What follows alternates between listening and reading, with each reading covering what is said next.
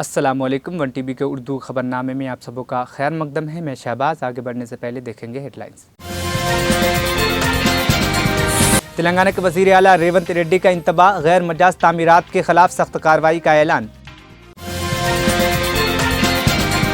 मौसमियाती तब्दीलियों के असरात, सरकारी अस्पतालों में मरीजों की बड़ी तादाद और रश में इजाफा। तेलंगाना के गुरुकुल स्कूल की तालिबात का पीईटी टीचर पर हरासानी का इल्ज़ाम, एहतजाजी मुजाहिरा। वज़ीर ममलिकत बराए दाखिला बंडी संजय कुमार का दावा, जीएसएमसी इंतखाबात में बीजेपी की फतह यकीनी। चंद्रशेखर आज़ाद का इल्ज़ाम, ईडब्ल्यूएस रिजर्वेशन पर सबसे बड़ा हमला। तेलंगाना के वज़ीर आला रेवंत रेड्डी ने ज़खायर आब पर तजावुज़ात करने वालों को खबरदार किया है कि वह खुद साख्ता तौर पर वहां से हट जाएं। बसूरत हुकूमत गैर मजाज तामीरात को बर्दाश्त नहीं करेगी। तेलंगाना पुलिस एकेडमी में पासिंग आउट परेड के दौरान खिताब करते हुए रेवंत रेड्डी ने कहा कि सैलाब के मसाइल के लिए तालाबों, बांधों, झीलों और नालों पर तजावुज़ात को जिम्मेदार ठहराया, जिसकी वजह से गरीब तबके की मुश्किलात का सामना है। उन्होंने मजीद कहा कि चाहे कब्ज़ादार कितना ही ताकतवर क्यों न हो, हुकूमत तमाम गैर कानूनी कब्ज़ों को ख़त्म करने के लिए पुरज़्म है। डिसेंबर 3, 2023 నాడు ప్రజాపాలన తెలంగాణ రాష్ట్రంలో ఆవిర్భవించింది। ఆ ప్రజాపాలన ప్రజలకు అందుబాటులో ఉండి ప్రజల అవసరాలను తీరుస్తూ ప్రజల యొక్క ఆవేదన వింటూ ఆలోచనలు పంచుకుంటూ ఈ తెలంగాణ రాష్ట్రాన్ని పునర్నిర్మించుకోవాలన్న ఆలోచనతోటి ప్రభుత్వం ఏర్పాటు చేసిన 90 రోజులలో 30,000 పైచిలకు నిరుద్యోగ యువకులకు ఉద్యోగ అవకాశాలు ఏ ప్రాంగణంలో అయితే మేము ప్రమాణ స్వీకారం చేసినామో అదే ఎల్బీ స్టేడియం ప్రాంగణంలో 30,000 మంది తెలంగాణ నిరుద్యోగ యువతీ యువకులకు ఉద్యోగ పత్రాలు అందించి మీరెన్నుకున్న ప్రభుత్వం మీ సేవలో నిమగ్నమై ఉంటది అని చెప్పి మీకందరికీ విశ్వాసం కల్పించే ప్రయత్నం చేసినాం। ఇదే కాదు, ఈ 30,000 ఉద్యోగ నియామకాల పత్రాలు అందించడమే కాకుండా గ్రూప్ 1 కావచ్చు, గ్రూప్ 2 కావచ్చు, గ్రూప్ 3 కావచ్చు, డిఎస్సి కావచ్చు, పారామెడికల్ సిబ్బంది కావచ్చు, ఇంకొక 35,000 ఉద్యోగ నోటిఫికేషన్లు ఇచ్చి ఈ సంవత్సరం పూర్తయ్యే లోపల వాళ్ళందరూ కూడా నిరుద్యోగ సమస్య తీర్చి ఉద్యోగ నియామక పత్రాలు ఇవ్వాలి అని ప్రజాపాలన మా ప్రభుత్వం తీవ్రంగా కృషి చేస్తుంది। ఒకనాడు తెలంగాణ పబ్లిక్ సర్వీస్ కమిషన్ అంటే ప్రశ్నాపత్రాలు పరీక్షా కేంద్రాలలో ఉండకుండా జిరాక్స్ సెంటర్లలో ఎక్కడ పడితే అక్కడ విచ్చలవిడిగా అమ్ముకుంటుంటే పరీక్షలు రాసిన లక్షలాది మంది నిరుద్యోగ యువకులు ఆందోళనకు గురై ఆందోళన బాట పడుతున్న సందర్భంలో తెలంగాణ పబ్లిక్ సర్వీస్ కమిషన్ ని సంపూర్ణంగా ప్రక్షాళన చేసి ఎలాంటి అనుమానాలకు ఎలాంటి తప్పిదాలకు అవకాశం లేకుండా పబ్లిక్ సర్వీస్ కమిషన్ ని కొత్తగా నియమించి ఆ నియామకాల ద్వారా నిరుద్యోగ యువకులకు ఉద్యోగ నియామకాలు అందించాలన్న ఆలోచన మా ప్రభుత్వం చేస్తున్నది। అందుకే ఈరోజు పబ్లిక్ సర్వీస్ కమిషన్ నిర్వహిస్తున్న ఏ పరీక్షల మీద లక్షలాది మంది నిరుద్యోగ యువకులకు ఎలాంటి అనుమానాలు లేవు। గత 9 సంవత్సరాలు ఉద్యోగ నియామకాల కోసం నోటిఫికేషన్లు ఇవ్వమని కదం దొక్కిన విద్యార్థులు ఈనాడు మన ప్రభుత్వం వెంటనే ఇస్తున్న ఉద్యోగ నోటిఫికేషన్లను మళ్ళీ కొంతకాలం వాయిదా ఇవ్వండి, అన్ని నోటిఫికేషన్లు ఒకేసారి వస్తే మేము పరీక్షలు రాయడం కష్టమవుతుంది, మాకు అన్ని పరీక్షలు హాజరు కావాలి, ఒక దాంట్లో కాకపోతే ఇంకొక దాంట్లో అయినా మాకు ఉద్యోగ అవకాశాలు వస్తాయి అని చెప్పి వాళ్ళందరూ మా ప్రభుత్వానికి విజ్ఞప్తి చేసింది. అందుకే గ్రూప్ 2 పరీక్షల్ని వాయిదా వేసి మీకు అనుకూలమైన నిర్ణయం తీసుకోవడం జరిగింది. ఆనాడు ఉద్యోగ అవకాశాల కోసం కదం దొక్కిన మీరు ఈనాడు నోటిఫికేషన్లు ఇవ్వడంతో శిక్షణ తరగతులలో మీరు నిమగ్నమై చదువుకుంటున్నారు. అందుకే ఈరోజు తెలంగాణలో నిరుద్యోగ యువకులు ఉత్సాహంతో ఈ ప్రభుత్వం మాకు ఉద్యోగాలు ఇస్తుందన్న ఆలోచనతోని పరీక్షలకు తయారవుతున్నారు. ఈ నేపథ్యంలో తెలంగాణ రాష్ట్రం నూతనంగా ఏర్పడ్డ రాష్ట్రం అభివృద్ధే కాదు, కొన్ని అవలక్షణాలను వ్యసనాలకు బానిసలైన కొంతమంది వ్యక్తులు స్వార్థ ప్రయోజనం కోసం తెలంగాణలో డ్రగ్స్ కానీ గంజాయి కానీ సైబర్ క్రైమ్ నేరాలకు కొంతమంది పాల్పడుతున్నారు. ఇట్లాంటి ప్రత్యేకమైన సందర్భంలో దాదాపుగా 540కి పైగా ఎస్ఐలు ఏఎస్ఐలు ఈరోజు తెలంగాణ సమాజానికి సేవలు అందించడానికి మీరు ముందుకు వస్తున్నారు. అందుకే ఈరోజు మీ పరేడ్ చూసిన ముఖ్యంగా పల్లి భాగ్యశ్రీ మీ పరేడ్ కమాండర్గా ఈరోజు ప్రదర్శించిన నైపుణ్యం మీ అందరిని చూసిన తర్వాత నాకు సంపూర్ణమైన విశ్వాసం కలిగింది. రేపటి నుండి మీరు తెలంగాణ రాష్ట్రంలో డ్రగ్స్ మీద గంజాయి మీద సైబర్ నేరాల మీద ఉక్కు పాదం మోపి తెలంగాణ రాష్ట్రంలో గంజాయికి డ్రగ్స్ కు స్థానం లేదు. అట్లాంటి కార్యక్రమాలకు ఎవరైనా పాల్పడితే వాళ్ళని ఎవరిని క్షమించము అనే విధంగా మీరు ముందుకు నడుస్తారని మాకు సంపూర్ణమైన విశ్వాసం కలిగింది. మిత్రులారా, ఇది ఉద్యోగం కాదు, ఇది ఉద్యోగ భద్రత కాదు మీకున్నది. తెలంగాణ రాష్ట్రంలో ముఖ్యంగా పోలీసు విభాగంలో చేరే ప్రతి యువకుడికి ఇదొక భావోద్వేగం. ఇది ఉద్యోగ బాధ్యత కాదు, ఇదొక భావోద్వేగం. ఈ రాష్ట్రాన్ని మనం వందలాది మంది మీలాంటి నిరుద్యోగ యువకులు ఉద్యమకారులు ప్రాణ త్యాగాలు చేసి తెలంగాణ రాష్ట్రాన్ని సాధించుకున్నాం. ఈ సాధించుకున్న రాష్ట్రంలో వ్యసనాలకు తావు ఉండకూడదు. గంజాయి డ్రగ్స్ సైబర్ నేరాలకు ఎక్కడ కూడా అవకాశం ఉండకూడదు. ఈ తెలంగాణ రాష్ట్రం మనది. 4 కోట్ల తెలంగాణ ప్రజలు మన కుటుంబ సభ్యులు. వాళ్ళు ఎలాంటి సమస్యలు ఎదుర్కొన్నా అది మన వైఫల్యమే అవుతుంది. మన మీద సంపూర్ణమైన విశ్వాసం పెట్టుకొని ప్రజాప్రతినిధులతో పాటు 24 గంటలు ప్రజలకు అందుబాటులో ఉండి ప్రజలకు అవసరమైన అందించే సేవలు పోలీసులకు సమయం లేదు, సందర్భం లేదు. ఏ సమస్య వచ్చినా, వరదలు వచ్చినా, కరువు వచ్చినా, లేకపోతే భూకంపాలు వచ్చినా, శాంతి భద్రతల సమస్యలు వచ్చినా, లేదా మత కలహాలు వచ్చినా, ఆర్థికపరమైన నేరాలు జరిగినా, ఏది జరిగినా ముందు బాగానే ఉండి ఆ సమస్యల మీద పోరాటం చేసేది పోలీసు సిబ్బంది, పోలీసు విభాగం. అందుకే నేను మీతో పంచుకున్నది ఇది ఉద్యోగం కాదు, ఇది ఒక భావోద్వేగం. ఈ భావోద్వేగమే ఈ తెలంగాణ రాష్ట్రాన్ని పునర్నిర్మించి భవిష్యత్ తరాలకు బంగారు బాటలేసే బాధ్యత మన అందరి మీద ఉన్నది. అందుకే ఈరోజు తెలంగాణ రాష్ట్రంలో ఒక పక్కన నిరుద్యోగ సమస్యను పరిష్కరిస్తూ ఇంకొక పక్కన విదేశీ పర్యటనలకు వెళ్ళి జాతీయ అంతర్జాతీయ స్థాయిలో తెలంగాణ రాష్ట్రానికి వేలాది కోట్ల రూపాయల పెట్టుబడులు తీసుకొచ్చి పరిశ్రమలను స్థాపించి ఆ పరిశ్రమల ద్వారా లక్షలాది మంది నిరుద్యోగ యువకులకు ఉద్యోగ ఉపాధి అవకాశాలు కల్పించాలన్న ఆలోచన మన ప్రభుత్వం చేస్తున్నది. ఈరోజు ఉద్యోగాలే కాదు, నిరుద్యోగ సమస్యను పరిష్కరించడమే కాదు, ఈ సమాజంలో పెట్టుబడులు తీసుకురావడమే కాదు, రైతన్నలు నేతన్నలు పట్టెడు అన్నం పెట్టేది రైతన్నలైతే ఆ రైతన్నలకు ఆత్మగౌరవంతో బ్రతకడానికి నేతన్నలు సహకరిస్తున్నారు. నేతన్నలతో పాటు గీతన్నలు ఈరోజు మన సమాజంలో ఉన్నారు.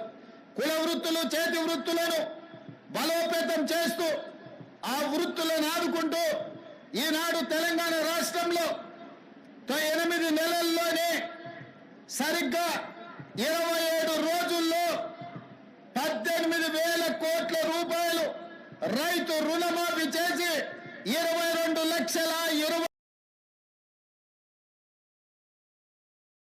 मौसमियाती तब्दीलियों के नतीजे में हालिया दिनों में आवाम की एक बड़ी तादाद मुख्तलिफ मौसमी बीमारियों का शिकार हो रही है, जिसकी वजह से सरकारी अस्पतालों में मरीजों का बेतहाशा रश देखने को मिल रहा है। लोगों की बड़ी तादाद इलाज के लिए सरकारी अस्पतालों का रुख कर रही है, जिसकी वजह से अस्पतालों में मरीजों की कतारें लंबी हो गई है और अमला मरीजों का बोझ संभालने में मुश्किलात का शिकार हो रहे हैं। ख़ासतौर पर मलकपेट का सरकारी एरिया दवाखाना उन अस्पतालों में शामिल हैं जहां मरीजों का हुजूम काफ़ी बढ़ गया है। हालिया दिनों में यहां रोज़ाना तकरीबन 600 से 900 मरीज़ इलाज के लिए पहुंच रहे हैं, जिनमें से अक्सरियत मौसमी बीमारियों से मुतासिरा अफराद पर मुश्तमिल हैं। इन बीमारियों में बुखार, ज़ुकाम, खांसी और दीगर वायरल इन्फेक्शन शामिल है, जो ख़ास तौर पर बारिश के बाद ज़्यादा फैल रहे हैं।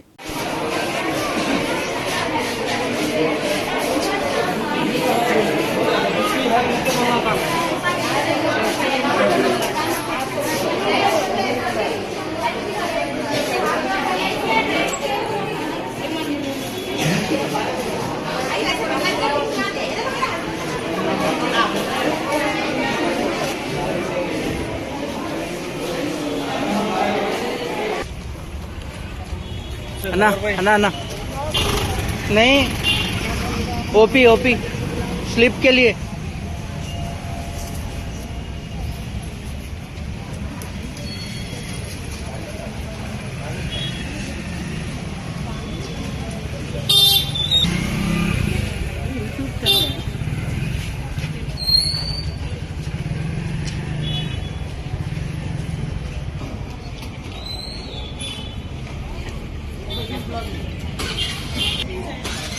न्यू बिल से ही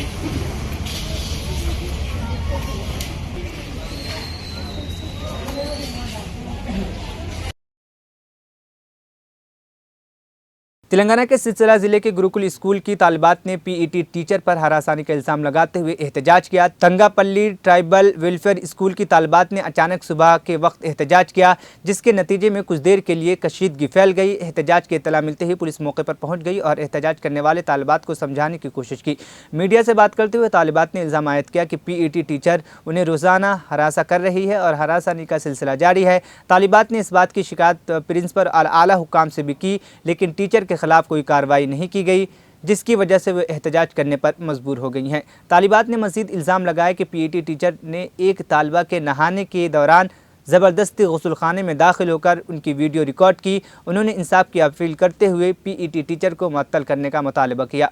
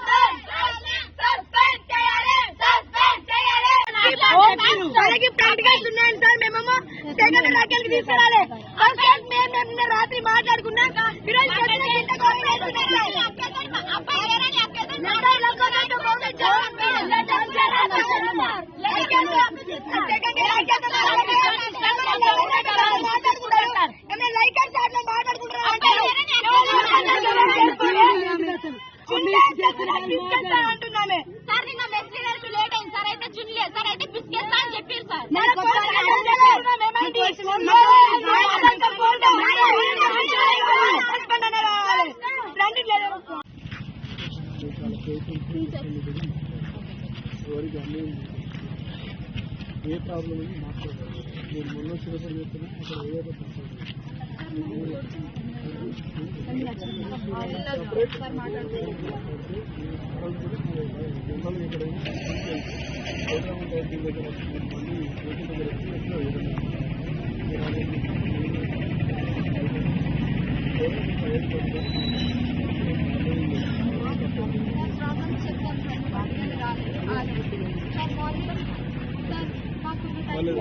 सर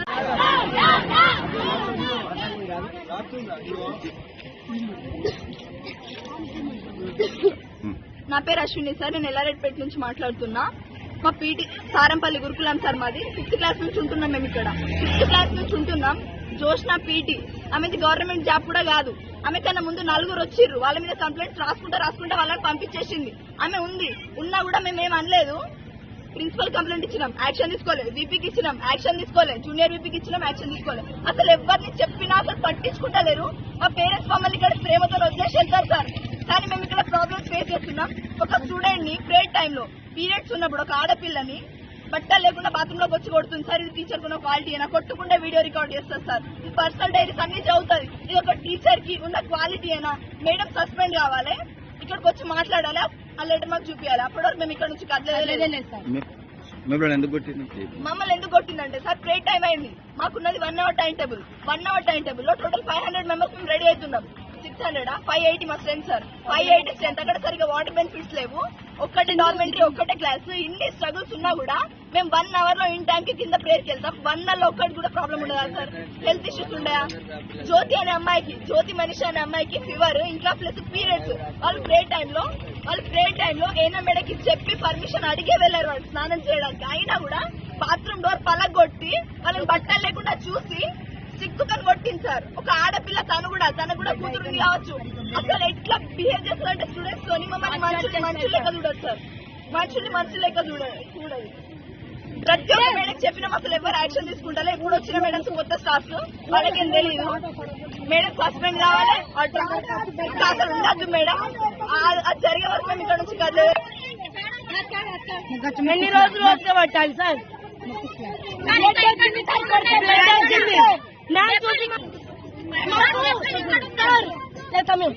పేరెంట్స్ కొట్టారు ఇప్పుడు దాకా. పేరెంట్స్ తిట్టారు. ఈమె ఎందుకు తింటాయి? మేము ఆ వర్డ్స్ చెప్తాం. ఆ వర్డ్స్ మేము చెప్తాం. మంచి అయితే మీరు చెప్పండి. అది మంచి వస్తుంది మాకు చెప్పండి, మేము నేర్చుకుంటాం.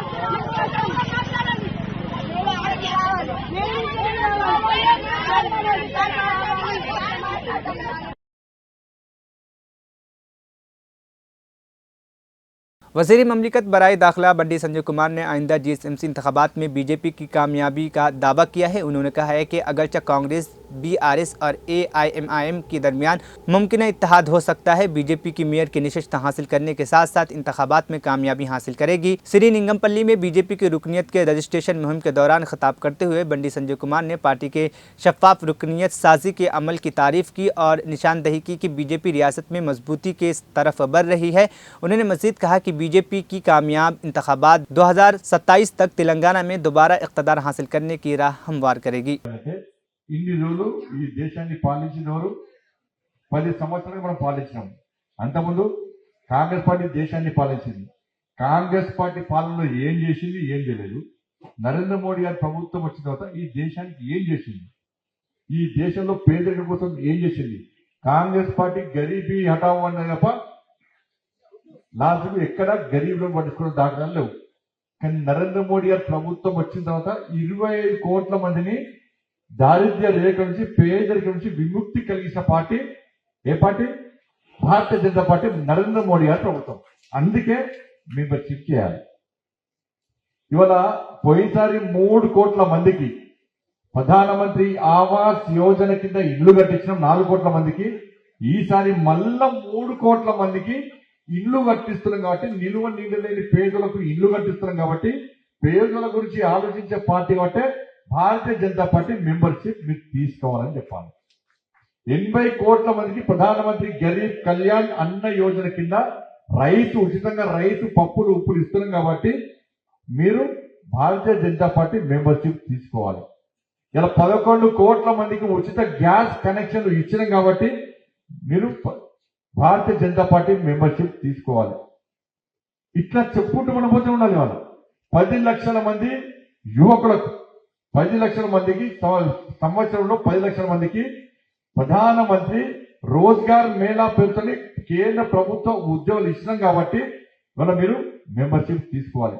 33% మహిళలకు రిజర్వేషన్ ఇవ్వడానికి కమిట్మెంట్ తో ఉన్నాం కాబట్టి కట్టుబడి ఉన్నాం కాబట్టి మీరు భారతీయ జనతా పార్టీ మెంబర్షిప్ తీసుకోవాలి.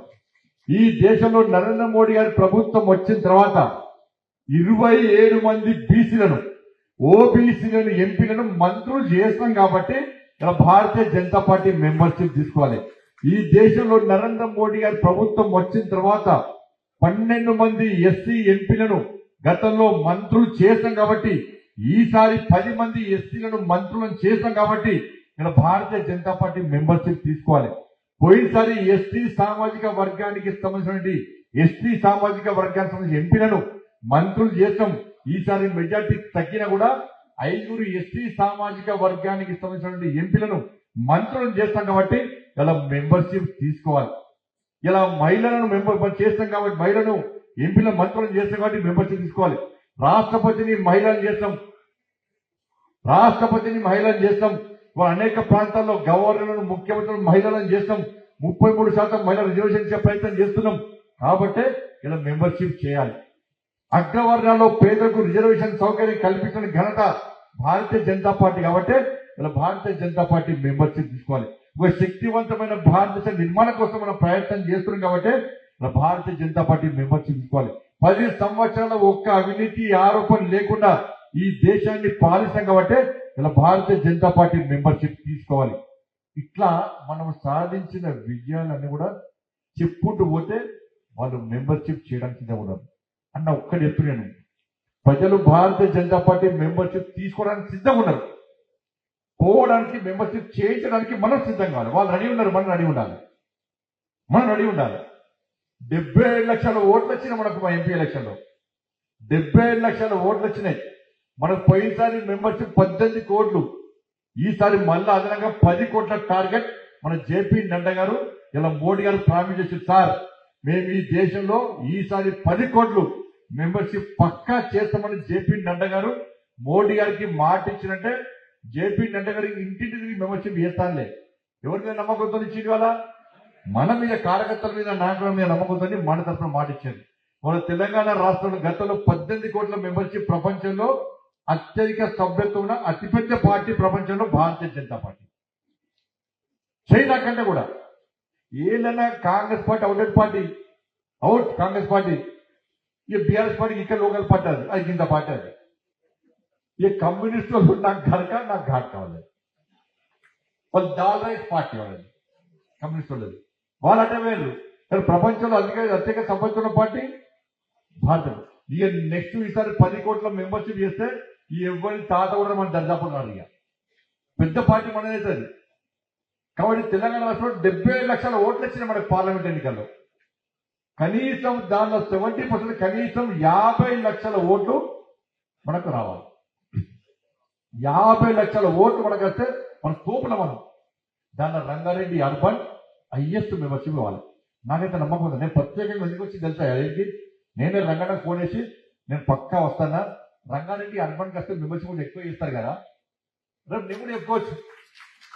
అరే నేను పోయి నేను మాట్లాడినా కాబట్టి మెంబర్ నేను చెప్పొద్దా, నా ఇజ్జత్ చేయగా లేదు. మళ్ళీ గింత చెప్పి బయటికి పోయినాక మీరు మెంబర్షిప్ ఇవ్వాలని కూడా కుప్పముడుతుంది.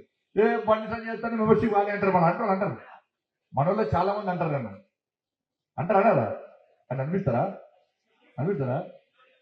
మీ నవ్వు మొక్కలు చూస్తే మీ జోరు చూస్తే ప్రసక్తి లేదు. హైయెస్ట్ మెంబర్షిప్ మీరు పక్కా అవుతుంది. అట్లా అని చెప్పి పోయి ఇంట్లో సందడి పట్టక ఇట్లా పట్టుకోకూడదు. మళ్ళీ ఏమని తిరుగుతుంది, గల్లీకి గడపకి తిరిగి మీ వార్డులో మీ డివిజన్లో మెంబర్షిప్ ఎక్కువ చేస్తే అప్పుడు మీరు సక్సెస్ అవుతారు. ఇలా ఎందుకు భారతీయ జనతా పార్టీ మెంబర్షిప్ చేయడానికి సిద్ధంగా ఉన్నారంటే ఈ తెలంగాణ రాష్ట్రంలో కొట్లాడింది మనం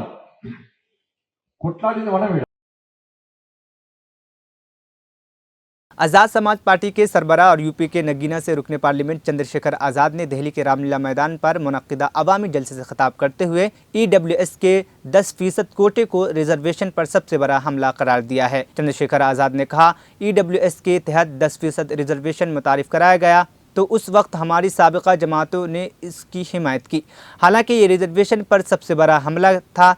उन्होंने मजीद कहा कि रिजर्वेशन को ख़त्म करने के लिए एड़ी चोटी का जोर लगा दिया गया और सबसे बड़ा हमला तब हुआ जब EWS का 10% कोटा मुतारिफ कराया गया। अगर उसी दिन हम सड़कों पर निकल आते और अपनी आवाज़ बुलंद करते तो किसी को दोबारा रिजर्वेशन पर हमला करने की अधिकारों की रक्षा की और आज भी इस देश में आरक्षण बचा हुआ है, नौकरियां बची हुई है, हिस्सेदारी बची हुई है, राजनीतिक व्यवस्था कायम है, लोकतांत्रिक व्यवस्था है। तो धन्यवाद करना चाहिए उन जातियों का जिन्होंने अपने प्राणों का बलिदान दे दिया, लाठी डंडे खाए, गोलियां खाई, लेकिन अपने अधिकारों को छीनने नहीं दिया। सब लोगों को उनका धन्यवाद करना चाहिए। लेकिन दुश्मन का ये षड्यंत्र है और दुश्मन बड़ा समझदार है। दुश्मन जानता है कि 2 अप्रैल 2018 के बाद में ये दलित समाज एकजुट हो गया था। जब दलित समाज एकजुट हुआ तो वो ये सोचने लगे कि इनकी एकता को कैसे तोड़ा जाए। आप और मैं जानते हैं, जब अगर आप झाड़ू की सिक्कों को इकट्ठा कर दोगे, वो सिक्के जो हैं एकजुट हो जाएंगे, उनको बांध दिया जाएगा तो वो सारा कचरा साफ कर देंगे। लेकिन अगर वो जो सिक्के होते हैं, अगर आपने उनको अलग अलग कर दिया तो वो कचरा साफ नहीं कर पाएंगे, वो खुद कचरा बन जाएंगे, उनकी कोई हैसियत नहीं बनेगी। इसलिए हमारे महापुरुषों ने बहुजन समाज में भाईचारे की बात की। और आप महसूस करो, बाबा साहब अंबेडकर ने अपने विरोधियों, बैरियों के खिलाफ संघर्ष भी करना है, अपने अधिकारों के लिए संघर्ष भी करना है। मैं जब देश के बाहर गया तो मैंने देखा कि वो लोग तरक्की कर रहे हैं, उनकी जिंदगी खुशहाल है, उनकी जिंदगी अच्छी बन रही है। लेकिन उनकी जिंदगी तो अच्छी बन रही है, लेकिन 75 साल की आजादी के बाद आज भी भारत में 80% लोग ऐसे हैं जो रोटी, कपड़ा, मकान से वंचित हैं, जिनको इज्जत की जिंदगी नहीं मिल रही। तो मैं ये देख रहा था, मुझे बड़ी खुशी हो रही थी। लेकिन जब मैं भारत की तरफ देखता हूं तो बड़ी निराशा हाथ लगती है। फिर ये महसूस करता हूं कि आज जो कुछ हमारे पास है वो हमारे महान पुरुषों की संघर्ष की वजह से है। अगर हमारे महान पुरुष संघर्ष नहीं करते तो जो आज हमें मिला है ये भी हमें किसी कीमत पे नहीं मिलता। आप जानते हैं, हमेशा आरक्षण के खिलाफ चाहे सुप्रीम कोर्ट हो या मनुवादी दल हो, सब लोगों ने आरक्षण को समाप्त करवाने के लिए एड़ी चोटी के जोर लगा दिए। और इसका सबसे बड़ा हमला इस पे कब हुआ, जब 10% EWS लागू हुआ। मुझे माफी चाहते हुए कहना है कि हमारे दलों ने भी हाथ उठा के, जो हमारे पूर्व के दल थे, उनका समर्थन किया, जबकि वो आरक्षण पे सबसे बड़ा हमला था। अगर उसी दिन हम लोगों ने सड़कों पे निकल के अपनी आवाज को उठाया होता तो किसी की मां ने दूध नहीं पिलाया होता कि वो दोबारा आरक्षण पे हमला करने के बारे में सोच लेता। ये भाजपा के लोग जो सत्ता में बैठे हैं, इन्होंने वोट तो आपसे हमसे ली धर्म के नाम पे, भाईचारे के नाम पे, लेकिन सत्ता में आके ये लोग अपने लोगों का काम करने लगे, अपने महापुरुषों की विचारधारा को आगे बढ़ाने लगे और हम लोग रोटी रोटी के लिए मोहताज लोग, जुल्म जाति के शिकार लोग परेशानी की जिंदगी जीने लगे। मैं चाहता हूं कि जो जिंदगी हमारे लोग ऑस्ट्रेलिया में जी रहे हैं, ऑस्ट्रिया में जी रहे हैं, इटली में जी रहे हैं, यूरोप में जी रहे हैं, पूरे अमेरिका में जी रहे हैं, कनाडा में जी रहे हैं, इंग्लैंड में जी रहे हैं, ऐसी जिंदगी की व्यवस्था भारत में भी हो। लेकिन ये तभी संभव है जब राजनीतिक शक्ति हमारे पास हो। अगर राजनीतिक शक्ति भाजपा और कांग्रेस के पास रहेगी तो हम लोग इज्जत की जिंदगी इस देश में नहीं जी सकते। इस बात को आप लोग मेरी ध्यान रखना। ये मैं नहीं कह रहा हूं, ये बाबा साहब अंबेडकर ने कहा, political power is the master की। राजनीतिक सत्ता वो चाबी है जो आपकी सारी परेशानियों का हल कर देगी। और राजनीतिक सत्ता जिनके पास है उनके लोग हजारों हजारों करोड़ रुपए लेके भाग जाते। उनके लोग उनके पूंजीपतियों के लोकसभा में हस्ब इख्तलाफ के लीडर राहुल गांधी इस वक्त अमेरिका के दौरे पर हैं, जहां रिजर्वेशन के मुतालिक उनके एक बयान पर बीजेपी लीडरान ने शदीद तनकीद की है। राहुल गांधी ने एक इंटरव्यू के दौरान अपने मुखालिफिन पर जवाबी हमला किया और वाज़ेह किया कि वो रिजर्वेशन के ख़िलाफ़ नहीं हैं। राहुल गांधी ने अपने बयान में कहा कि रिजर्वेशन की 50% के हद को ख़त्म करने की वो हिमायती हैं। उन्होंने वजाहत की कि उनके बयान को गलत तरीके से पेश किया गया और उनकी पार्टी रिजर्वेशन को 50% के हद से आगे ले जाने की हामी है। उनका कहना था कि उनकी नीयत रिजर्वेशन को बेहतर बनाने की है, ना कि उसके खिलाफ कोई इक़दाम करने की। We feel very strongly that there is a very, very deep problem of participation, and we're going to address that problem. I don't see it as a mandal versus kamandal issue, and what we're saying is different than the idea of only reservations. What we're saying is we want a comprehensive understanding first of what's going on, and then we're going to apply a series of policies to correct it, reservation being one of them. Right. We've also said that we're going to, somebody misquoted me yesterday saying that I'm against reservations. I've been saying again and again and again, we're going to increase reservations beyond 50%, and I'm not against reservations. आखिर में headlines फिर। तेलंगाना के वज़ीर आला रेवंत रेड्डी का इंतबाह, गैर मजाज तामीरात के खिलाफ सख्त कार्रवाई का ऐलान। मौसमियाती तब्दीलियों के असरात, सरकारी अस्पतालों में मरीजों की बड़ी तादाद और रश में इजाफा। तेलंगाना के गुरुकुल स्कूल की तालिबात का पीईटी टीचर पर हरासानी का इल्ज़ाम, एहतजाजी मुजाहिरा। वज़ीर ममलिकत बराए दाखिला बंडी संजय कुमार का दावा, जीएसएमसी इंतखाबात में बीजेपी की फतह यकीनी। चंद्रशेखर आज़ाद का इल्ज़ाम, ईडब्ल्यूएस रिजर्वेशन पर सबसे बड़ा हमला। 1TV उर्दू खबरनामा यहीं पर ख़त्म हुआ। मुझे दीजिए इजाज़त, फिर होगी कल मुलाकात। अल्लाह हाफिज़।